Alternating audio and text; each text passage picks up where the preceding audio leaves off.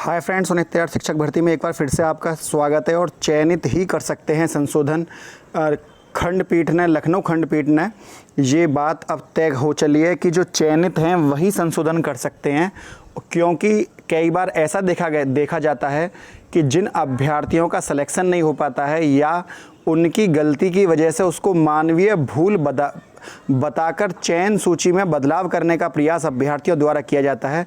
तो इन सब संशोधनों पर, इन सब चीज़ों पर विराम लगाते हुए कल लखनऊ खंडपीठ ने साफ साफ कर दिया है कि जो अभ्यर्थी चयन सूची में है वही केवल अपने डॉक्यूमेंट्स में, अपने जो भी उन्होंने वहाँ पर डाटा दिया हुआ है पीएनपी को, उसमें संशोधन कर सकते हैं, क्योंकि वो चयनित हैं और उन्हें पूरा अधिकार मिलता है अपने आप को सही साबित करने का।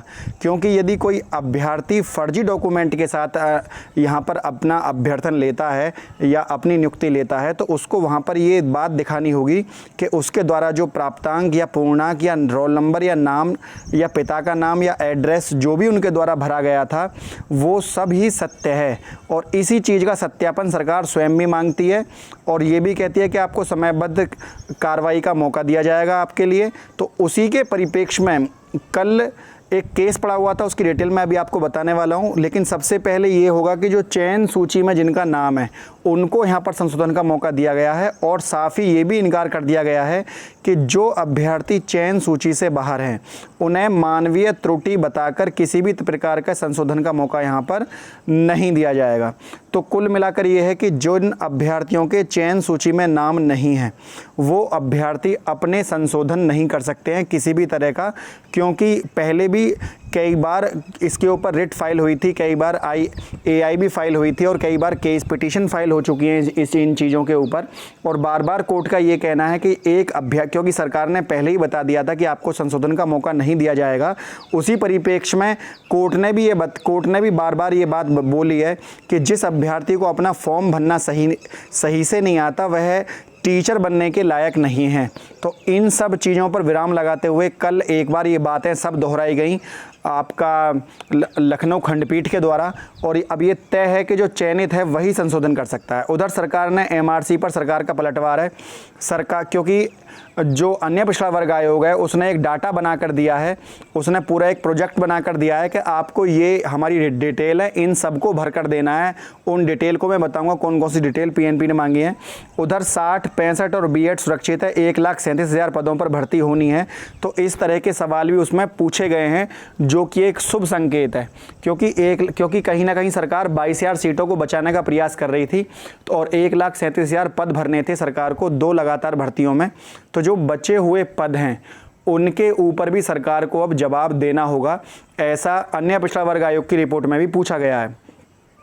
सेकंड काउंसलिंग की तैयारी सरकार पूरी कर चुकी है। अब जितने भी पद बचेंगे, सेकंड काउंसलिंग पहले होनी थी और सरकार, माननीय विशेष शिक्षा मंत्री, क्योंकि इटावा में कल उन्होंने प्रेस कॉन्फ्रेंस के द्वारा एक समिति द्वारा बुलाया था उनको, तो कुछ परिचित लोगों ने उसी के परिप्रेक्ष्य में साफ साफ ये कह दिया गया है कि यदि आवश्यकता पड़ती है तो तीसरी, चौथी, कुल मिलाकर जब तक सेकंड काउंसलिंग तो होना तय है, लेकिन यदि पद खाली रह जाते हैं तो ये काउंसलिंग तीसरी, चौथे नंबर पर भी जा सकती है जब तक कि पूरे पद भर ना जाएं। तो ऐसा माननीय मंत्री जी का कहना था। उधर संशोधन करने का मौका दे सरकार, इसके बारे में मैं आपको बता चुका था पहले भी। 69 शिक्षक भर्ती मामले में हाईकोर्ट ने निर्देश दिया है। हाईकोर्ट की लखनऊ खंडपीठ ने 69 शिक्षक भर्ती में चयनित कुछ अभ्यर्थियों के दस्तावेजों में रह गई कमी को निस्तारित करने का आदेश राज्य सरकार को दिया है। न्यायमूर्ति जसप्रीत सिंह ने आदेश, अंशुमन सिंह व अन्य की याचिकाओं के अधिवक्ता दीपक सिंह ने कहा कि याचिकाओं में परीक्षा के लिए ऑनलाइन आवेदन किया था और आवेदन के समय मानवीय चूक से कई दस्तावेज को लेकर दी गई जानकारी जो है वो कहीं ना कहीं अधूरी थी।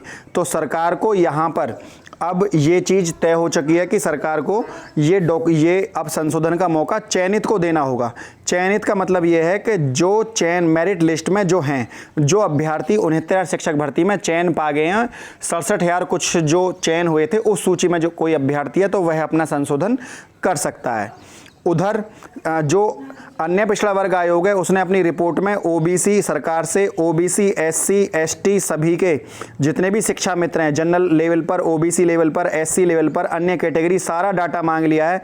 लेकिन सरकार ये कह रही है कि हम इस डाटे को जब तक कि पूरी भर्ती प्रक्रिया पूर्ण नहीं हो जाती हम इसको लीक नहीं करेंगे, क्योंकि कहीं ना कहीं ये पीएनपी का जो अपना तरीका है, जो वे ऑफ प्रोसेस है, वह बाधित होगा और इसके ऊपर और भी केस फाइल करेंगे अभ्यर्थी। क्योंकि कई बार ऐसा होता है कि अभ्यर्थियों को बरगलाने का प्रयास किया जाता है और उससे चयन, क्योंकि जब उन्होंने सरकार ने ये कहा था कि जब हमने चयन सूची को बनाया और हमने चयन सूची को रिलीज़ किया, उसके बाद केसों की संख्या लगातार बढ़ती जा रही है। और यदि हम ये जो आंकड़े पीएनपी के पास रहते हैं, वो पूरी भर्ती प्रक्रिया, पूरा प्रोसेस होने के बाद ही सरकार उसको रिलीज करेगी। उसके बाद प्रक्रिया पूरी होने के बाद कोर्ट में कोई भी अगर विवाद हो तो कोर्ट के माध्यम से सुलझाया जाएगा, ऐसा सरकार का कहना है। और उधर कौन कौन सी डिटेल मांगी गई है, बीएड, बीटीसी, शिक्षा मित्र, अदर्स, सबका डाटा मांग लिया गया है। बीएड का, शिक्षा मित्रों का, अदर्स का, ओबीसी, एससी, एसटी। कुछ सवाल ही पूछे गए थे इसमें। अनुसूचित जनजाति के लिए कितनी सीट रखते हैं, अगर क्या वो सीट अन्य पिछड़ा वर्ग में जोड़ी जाएंगी, या एसटी की सीट एससी को मिलेंगी या नहीं मिलेंगी, क्या आरक्षण हेतु चयनित प्रक्रिया जो अपनाई गई है इस बार, या वो पहले वाली चयन प्रक्रिया है या कोई नई प्रक्रिया अपनाई गई है, क्या आरक्षण के नियमों का हनन किया गया है, क्या जो प्रोसेस होता है, क्या 15,000, क्या वाकई में ही ओबीसी के 15,000 छात्रों के हितों का अहित हुआ है। तो यहाँ पर सारे सवाल पूछ लिए गए हैं। क्या ये भर्ती 1,37,000 पदों पर होनी है? तो इस तरह के काफ़ी सवाल सरकार के द्वारा पूछे गए हैं। लेकिन यहाँ पर एक बात तय हो चली है, ये कल आदेश आया था, हाई कोर्ट ने दस्तावेजों को सही करने के आदेश दिए हैं। हाई कोर्ट की लखनऊ खंडपीठ ने 69 शिक्षक भर्ती में चयनित कुछ अभ्यर्थियों के दस्तावेजों में रह गई कमी को निस्तारित करने के निर्देश राज्य सरकार को दिए हैं। लेकिन आप यहाँ पर एक शब्द देख लें, चयनित का मतलब यह है कि जिनका चयन हुआ है केवल वही संशोधन करेंगे। उधर न्यायमूर्ति जसप्रीत सिंह ने यह आदेश अंशुमन सिंह की अन्य याचिका पर दिया। याचिकाओं के अधिवक्ता दीपक सिंह ने कहा कि याचिकाओं ने परीक्षा के लिए ऑनलाइन आवेदन भरा था और जिसके परिप्रेक्ष्य में अंशुमन सिंह ने याचिकाओं का अधिवक्ता दीपक सिंह ने ऑनलाइन भरा था, जिसके परिप्रेक्ष्य में आवेदन किया था। आवेदन के समय जो भी डिटेल मांगी गई थी उसको भरा गया। आवेदन के समय मानवीय चूक कई दस्तावेजों को लेकर दी गई जानकारी में रह गई। याचिकाओं ने इन त्रुटियों को सुधार का आग्रह करते हुए सक्षम प्राधिकारियों को प्रत्यावेदन भी दिया हुआ है। प्रत्यावेदनों पर कोई निर्णय न होने पर अदालत का सहारा लिया गया। कोर्ट ने कहा कि इस मामले को लंबित रखने का कोई मतलब नहीं है।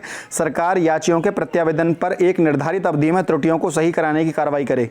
याचिका व राज्य सरकार और अपर मुख्य सचिव बेसिक शिक्षा को पक्षकार बनाया गया था।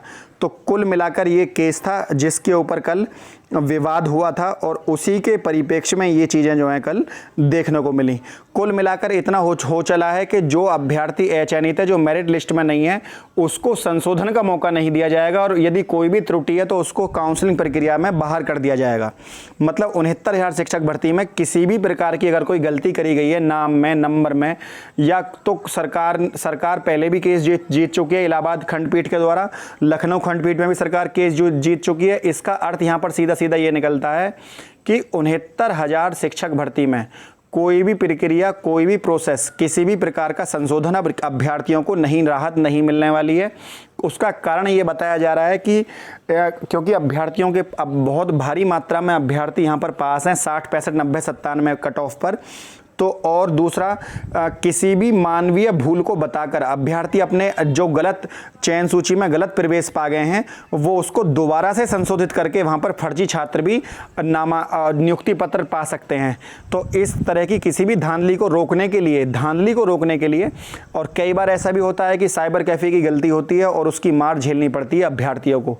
तो आगे ये सीख मिलेगी कि जब भी आप फॉर्म भराएं तो किसी भी प्रकार का कोई यदि त्रुटि होती है तो आप उसको स्वयं जांचें, मात्र साइबर कैफ़े वालों के ऊपर ही आप उस प्रक्रिया को ना छोड़ें। क्योंकि मानवीय त्रुटि हो या आप स्वयं हाथ से फॉर्म भरें, कहीं ना कहीं गलती ये बताती है कि आप एक छोटी सी गलती आपको नियुक्ति पत्र छीन सकती है। उधर सेकंड काउंसलिंग की तैयारी सरकार ने कर ली है और ये एक बहुत ही शुभ संकेत है, क्योंकि माननीय मंत्री जी का ये कहना कि यदि तीसरी चौथी लिस्ट भी हमको बनानी पड़ी तो हम दूसरा, सरकार कई बार कह चुकी है कि हमारे पास पदों की कमी नहीं है, यदि कोई ऊंच नीच होती है तो हम बाकी पदों को जोड़कर या इसमें से पद लेकर 51,112 शेष पद थे सरकार के पास। तो सरकार ने जाहिर की है कि ये बात कई बार कि यदि हमारे पास 51,112 पद हैं, हमें आवश्यकता पड़ती है तो 22,000 प्लस 51,112 में से पद जोड़कर।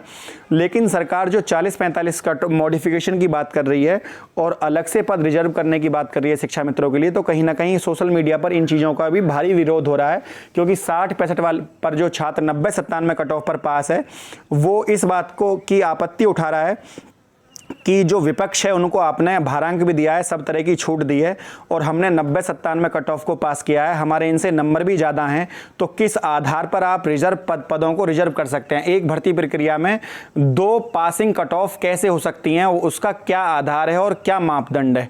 तो इसके खिलाफ भी कुछ अभ्यर्थी कोर्ट में जाने का मन बना रहे हैं, लेकिन ऐसा वो तभी हो पाएगा जब सरकार पदों को रिजर्व करके भर्ती प्रक्रिया को आगे बढ़ाने का प्रयास करेगी, क्योंकि 90-97 पर जो पास हैं वो केवल एक भर्ती में एक ही मानदंड अपनाया जाता है, ना कि 2-2 मानदंड।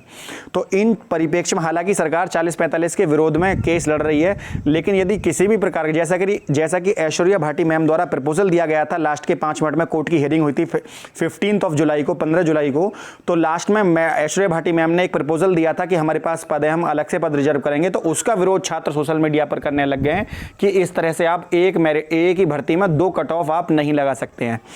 फ्रेंड, कोई भी नई अपडेट होगी तो उसके लिए मैं आपको अलग से एक वीडियो बनाकर दूंगा। यदि आपको वीडियो अच्छी लगी हो तो वीडियो को लाइक, शेयर और चैनल को सब्सक्राइब करना ना भूलें। आज के लिए इतना ही। जय हिंद, जय भारत।